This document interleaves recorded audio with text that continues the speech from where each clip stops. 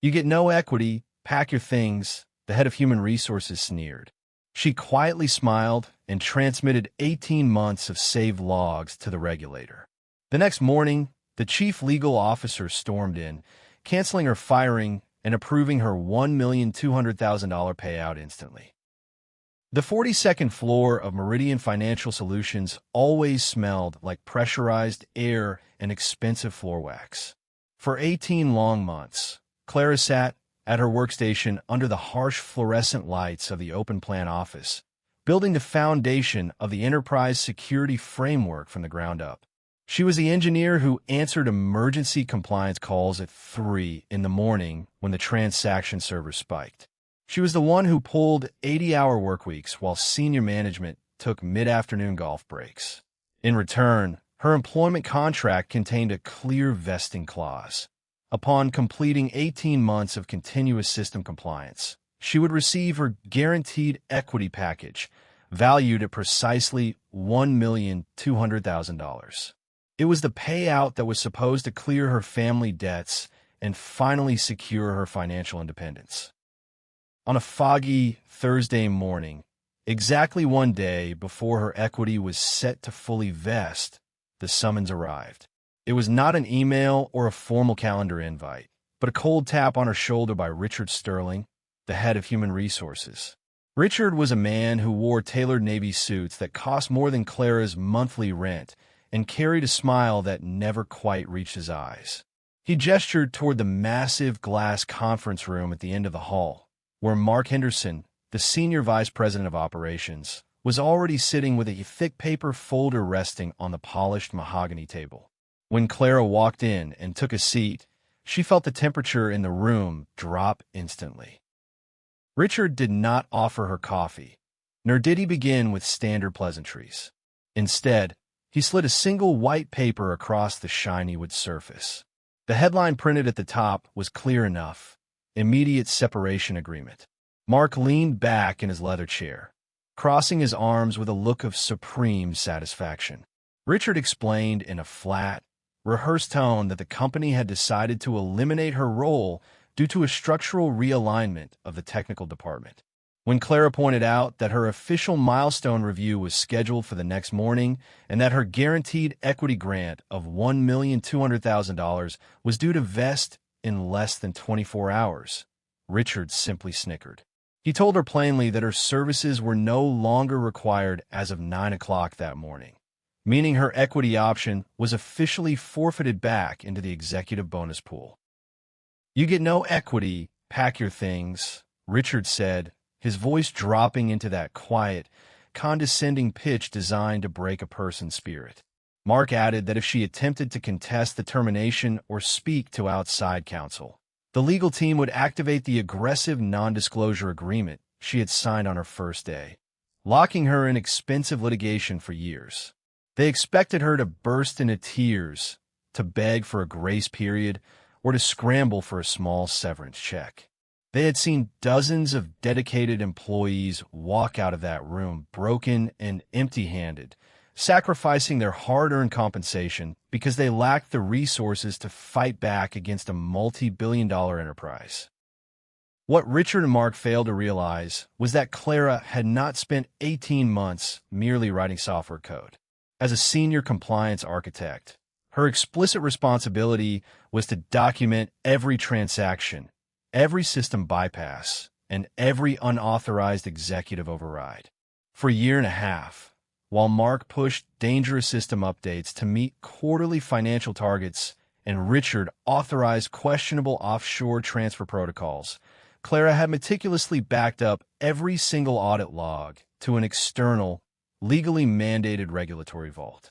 Every time an executive bypassed security protocols to inflate internal figures, an immutable digital paper trail was recorded.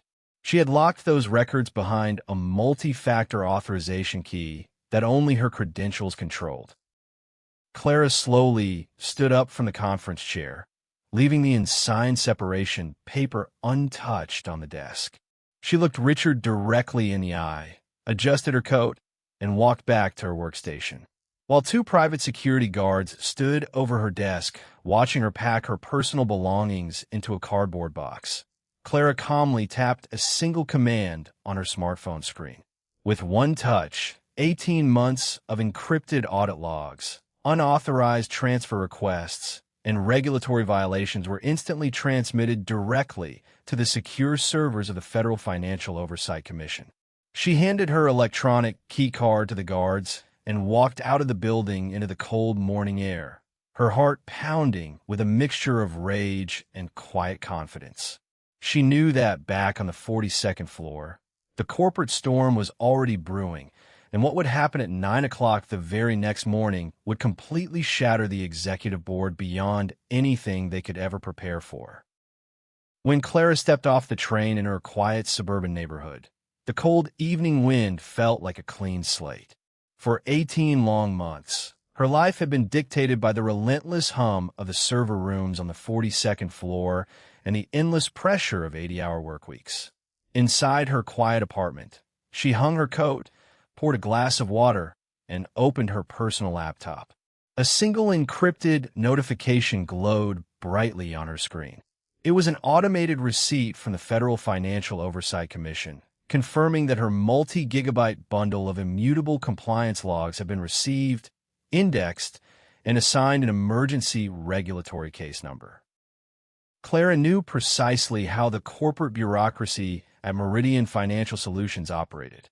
When Richard Sterling, the head of human resources, and Mark Henderson, the senior vice president of operations, decided to terminate her employment contract 24 hours before her equity vested, they assumed she would simply accept her fate. They believed the aggressive non-disclosure agreement she had signed during her initial probationary period would terrify her into silence. They counted on her being unable to afford top-tier legal representation to contest the forfeiture of her $1,200,000. What they had failed to calculate was that Clara did not need a private lawyer. She had spent 18 months embedding federal regulatory standards directly into the underlying code of the enterprise infrastructure. Under federal compliance law, any deliberate attempt to alter audit trails or manipulate employee termination dates to evade financial vesting constituted immediate securities fraud. Back at the Meridian Financial Solutions Tower at 8 o'clock that evening, the preliminary tremors were already beginning. The night shift information technology manager attempted to run a routine database wipe on Clara's revoked user profile, intending to scrub her access history clean as Richard had instructed. But the system refused to execute the command. Instead, a glaring crimson alert flashed across the administrator monitors, indicating that Clara's account was under an active federal regulatory hold. Every file, every timestamp, and every unauthorized executive override logged by Mark Henderson over the past year and a half was now locked in place, completely immune to local administrative commands. By 7 o'clock the following morning, the storm broke wide open. Arthur Vance, the chief legal officer of Meridian Financial Solutions, arrived at his top-floor corner office to find his private secure terminal flooded with urgent notices from federal authorities. The Federal Financial Oversight Commission had issued an immediate freeze order on the company's executive bonus pool, pending a full forensic audit of the enterprise security architecture. If you love seeing arrogant corporate bosses get caught in their own traps, make sure to subscribe to the channel right now and drop a comment below sharing your thoughts on how Clara handled this situation. Arthur Vance was a veteran attorney who had shielded multi-billion-dollar corporations from lawsuits for over 3 decades. But as he read through the specific regulatory violations cited in the federal order, his hands began to visibly shake. The logs did not merely show technical errors. They contained explicit digital signatures where Mark Henderson had deliberately bypassed security protocols to inflate quarterly earnings, while Richard Sterling had systematically fabricated performance warnings to deny employees their rightful compensation. The financial liability facing the firm was not just $1,200,000. It was tens of millions in potential federal fines, immediate loss of institutional license, and criminal indictment for senior leadership. Arthur did not even pause to pour his morning coffee. He grabbed the red-flagged file, bypassed his secretary, and marched down the corridor toward the executive suite with a speed that shocked the early arriving staff. Meanwhile, sitting in a quiet cafe across the street from the Meridian Tower, Clara took a slow sip of her cappuccino.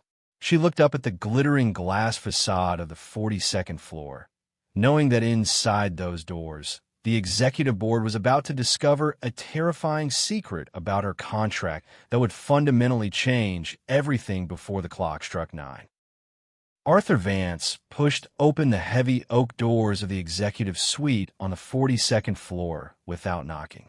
Inside, Mark Henderson was sitting back in his Italian leather armchair, holding a steaming mug of black coffee, while Richard Sterling leaned against the mahogany desk with a contented grin, reviewing a list of newly available executive bonus allocations. They were exchanging light-hearted banter about quarterly profit projections, completely unaware that the ground beneath their feet had already turned to dust. Arthur did not sit down. He threw the thick red folder directly onto the center of the desk, sliding it across the polished surface so fast that Mark's coffee cup rattled against its saucer. Mark frowned, his arrogant smile flickering for just a fraction of a second before he tried to regain control of the room, asking the chief legal officer why he was making such a dramatic entrance over a simple operational adjustment. Richard chuckled nervously, trying to smooth things over by explaining that the technical department realignment was already finalized, Clara's access keys had been revoked, and her $1,200,000 equity share had been successfully rolled back into the leadership pool. But Arthur did not chuckle back. His voice was cold, sharp, and entirely devoid of the polished charm he usually displayed in board meetings. He told them to open the blue tab on page 3 of the regulatory notice. He informed them that 5 minutes ago, the legal department had received a formal order from the Federal Financial Oversight Commission, halting all institutional transfers, freezing the executive bonus pool, and initiating a high-priority forensic inquiry into Meridian Financial Solutions.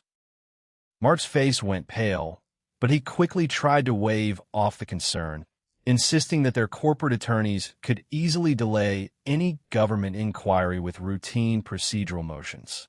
Arthur leaned over the table, his knuckles turning white as he rested his weight on the hard mahogany surface. He explained, word by slow word, that this was not a standard civil lawsuit that could be dragged out in court for years until the plaintiff ran out of money. Clara had spent 18 months as the designated primary systems custodian under Section 14 of the Federal Oversight Protocol. Her employment agreement was not merely an internal HR document stored in Richard's filing cabinet. It was an active compliance contract registered directly with the federal regulatory authority. By terminating her employment 24 hours before her equity vested, under the pretense of a manufactured department realignment, Mark and Richard had not just fired an engineer. They had triggered an automatic federal emergency lock on the entire corporate infrastructure. Richard tried to interrupt, pointing out that Clara had signed a strict non-disclosure agreement on her first day, which explicitly forbade her from sharing internal system data or contacting outside parties under threat of severe financial penalties. Arthur looked at the head of human resources as if he were looking at a child who did not understand basic arithmetic. He reminded Richard that under established federal law, no non-disclosure agreement in the country could legally prevent an employee from submitting unredacted audit evidence to a federal watchdog agency during an active compliance investigation. In fact, attempting to use an NDA to intimidate a designated compliance architect constituted a direct act of criminal witness tampering. The room went deathly silent. The hum of the air conditioning seemed to grow louder as Mark picked up the paper, his hands trembling as he read the names of the federal investigators listed on the official summons. Every unauthorized server override Mark had authorized over the past 18 months, every manual bypass of safety protocols designed to inflate quarterly reporting figures, and every fabricated warning entry Richard had placed in Clara's administrative file were now permanently mirrored on secure federal servers, far beyond the reach of Meridian Financial's internal IT staff. The corporate safety net they had relied upon for years was gone. Arthur paced across the floor, pointing out that within 2 hours, a team of federal auditors would step out of the elevators on the 42nd floor. When they arrived, they would not be looking to negotiate. They would be demanding to speak directly with the certified systems architect whose digital signature held the master decryption keys to the entire transaction history. Down across the street in the quiet corner cafe, Clara wiped her lips with a napkin and closed her laptop. The clock on the wall showed 8:45 in the morning. She watched through the window as 2 black sedans with government license plates pulled up to the main entrance of Meridian Financial Solutions. Just as she picked up her coat, her personal cell phone began to vibrate on the small marble table. The screen displayed the direct private extension of Arthur Vance, the chief legal officer. Clara did not answer immediately.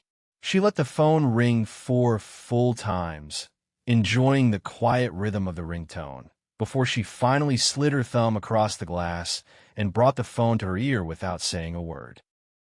On the other end of the line, Arthur's voice lacked any of his usual legal authority.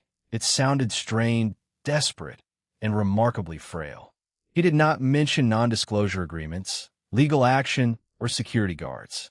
Instead, he explicitly asked Clara if she would be willing to return to the 42nd floor immediately for an urgent, off-the-record executive consultation before the government audit team completed their preliminary assessment.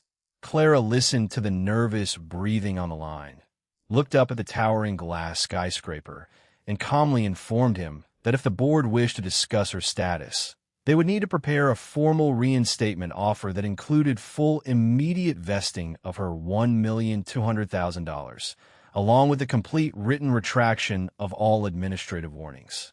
Before Arthur could even finish his reply, Clara hung up the phone, stepped out into the crisp morning air, and began walking toward the front doors of the building to meet her destiny. The heavy glass doors of Meridian Financial Solutions lobby swept open, and Clara walked in with an unhurried, steady stride. Standing near the marble security desk were 4 federal agents from the Federal Financial Oversight Commission, their brass credentials gleaming under the bright entryway lights. The same private security guards who had escorted Clara out of the building less than 24 hours earlier now stood frozen behind their counter, their faces pale as they recognized her walking right past them alongside the lead government investigators. Nobody asked for her keycard. Nobody challenged her presence. When the elevator doors opened onto the 42nd floor, the usual quiet discipline of the open plan office had descended into total chaos. Junior analysts were standing by their cubicles in hushed disbelief, watching Richard Sterling pace frantically up and down the main corridor. His immaculate navy suit jacket was unbuttoned, his silk tie was loosened at the collar, and dark patches of sweat were visible under his arms. Inside the massive glass conference room at the end of the hall, Mark Henderson was staring at his laptop screen with an expression of pure panic, surrounded by thick binders of corporate records that had suddenly become useless. Clara pushed open the glass conference door and stepped inside. Arthur Vance immediately stood up from the end of the long mahogany table, holding a newly drafted agreement in his trembling hands.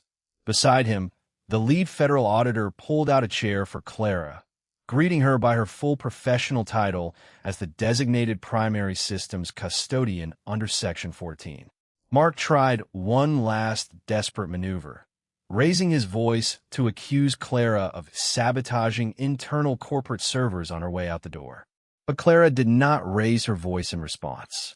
She simply pulled a sleek silver storage drive from her purse, placed it on the table, and calmly explained that every administrative modification made to the system over the past 18 months had been automatically recorded with Mark's personal executive authorization code. Arthur Vance slammed his hand down on the mahogany surface, sharply commanding Mark to shut his mouth before he turned a civil corporate dispute into an immediate felony charge.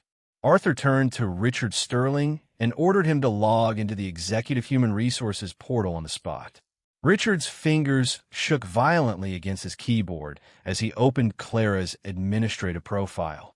Under the watchful eyes of the federal audit team, Richard officially executed the formal cancellation of her termination notice, erased every fabricated disciplinary warning from her file, and clicked the final authorization button to vest her full equity allocation.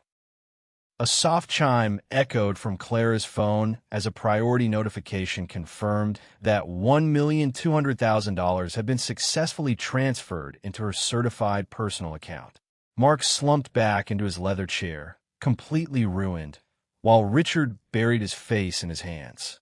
But as Clara picked up her coat to finalize her exit, the lead federal investigator turned to the room with a cold, unyielding glare, reminding the executives that while Clara's contractual compensation was now fully resolved, the criminal inquiry into executive security manipulation on the 42nd floor was only just getting started. The lead investigator from the Federal Financial Oversight Commission leaned across the mahogany table, placing a signed federal document directly in front of Arthur Vance. In a calm, authoritative voice, the investigator officially declared that under Section 14 of the Federal Protocol, Clara's actions as primary systems custodian were entirely lawful, protected, and fully validated by regulatory standards. He stated for the record that her continuous 18 months of archived system logs had provided irrefutable proof of systemic executive manipulation within Meridian Financial Solutions. Mark Henderson sat frozen in his leather chair, his jaw slackened, as the lead investigator slid a formal federal subpoena across the polished wood, requiring his immediate appearance before a grand jury within 48 hours. Beside him, Richard Sterling attempted to offer one last stammered explanation about administrative oversight, but the auditor cut him off instantly. The federal team instructed the security detail to lock down Richard's administrative workstation immediately and seize all internal human resources communications going back 18 months. Arthur Vance closed his leather file with a heavy sigh, turning to Mark and Richard to inform them coldly that the corporate legal department would not be representing either of them in their personal criminal defense proceedings. Clara calmly picked up her coat, adjusted her scarf, and slid the silver storage drive back into her purse. The lead federal auditor turned to her with a look of genuine professional respect, offering her a firm handshake and officially signing off on her regulatory discharge papers. Her employment record at Meridian Financial was now permanently marked as fully compliant, pristine, and untainted by the executive misconduct that was about to dismantle the upper management on the 42nd floor. As Clara walked out of the glass conference room, a profound silence hung over the open plan office. Dozens of former colleagues stood by their cubicles in awe, watching the quiet engineer who had refused to be broken by executive wealth and corporate legal threats. Richard Sterling sat crushed at his desk, stripped of his administrative clearance, while federal agents began boxing up Mark Henderson's official records right behind him. Clara stepped into the glass elevator and pressed the button for the ground floor. As the doors glided shut, she took a deep, clean breath. Stepping out through the revolving glass doors of the skyscraper into the bright afternoon sunshine, her phone buzzed one final time with an official banking confirmation of her complete financial security. She did not look back at the 42nd floor. She simply turned the corner and walked toward her new life, completely free, completely vindicated, and undeniably victorious.